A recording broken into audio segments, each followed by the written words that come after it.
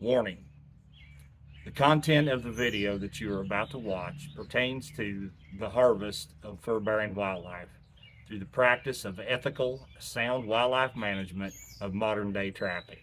If this bothers you, if it triggers you in any way, shape, or form, please leave this channel now. Hey trappers, Dale Billingsley here, Billingsley Brand Lures. Guys, what I'm going to go over with you today is painting traps, and I know I've been over it a couple of different times, but I still get requests for it, and I still get questions about the mix. So we're going to kind of go over this again. We've got a bunch of traps here, some older stuff of ours that we used last year that need touched up again. We've got some new stuff over here that needs it.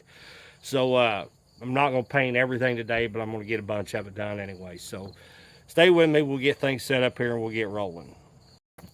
All right, guys. So the mix that I'm using, I'll go over this real quick. I've already got it mixed up here in my bucket, but what I'm using for paint and for thinner, this is what I'm using for paint. Okay, it's a high performance protective enamel paint. Now you can get it in flat black, you can get it in gloss, it doesn't matter.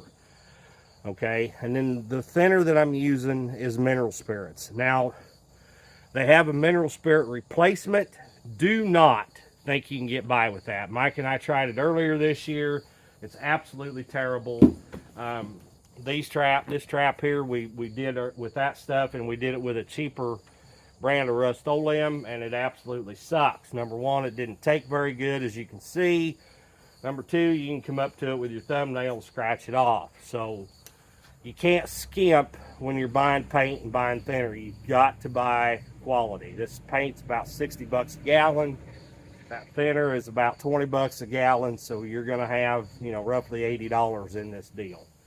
But you can do a lot of traps with 80 bucks. And then the mix is just 1 gallon of paint to 1 gallon of mineral spirits. That's the mix. That's all there is to it. The other thing is just, get you a good paint stirrer, something like this that goes on a drill. Stir that paint up good. I've already mixed this up, so we're gonna jump right into it here and get started.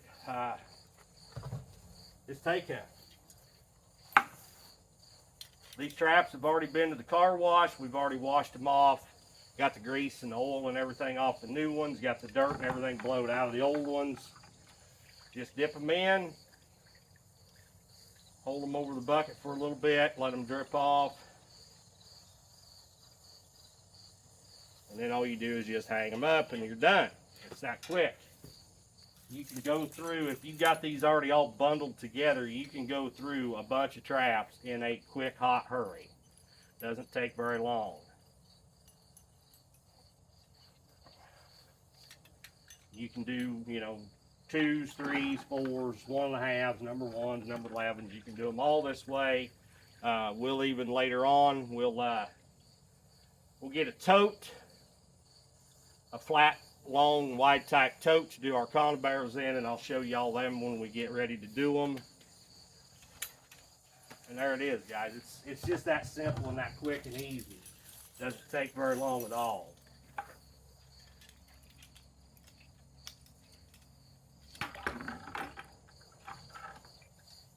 You can even, if you wanted to, you could even paint your disposable cables. It's not going to hurt a thing other than help protect them even that much more.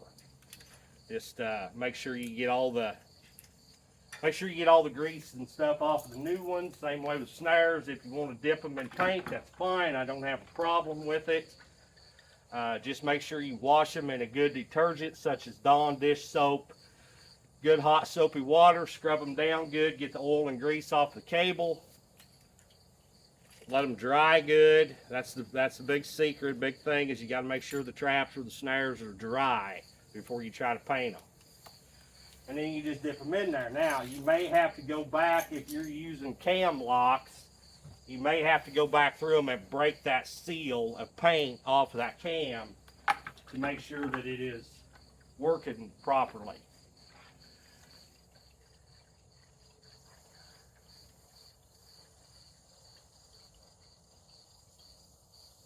Now in a couple hours out here in the sun like this, it's a nice day. These traps will be dry and odor free. You could actually take them and put them in the ground if you wanted to.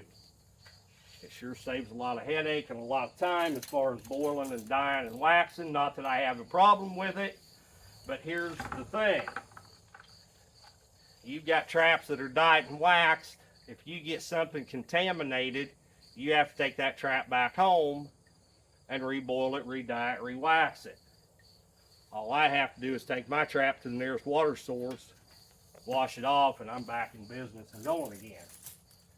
Pretty quick, pretty easy. Sometimes these double long springs, you got to crank them springs around to get them to fit down in the bucket right, especially on the bigger number 2s and 3s, 4s, those kind of traps. Go ahead and drop it in there, and that's always great. Then you got to go fishing.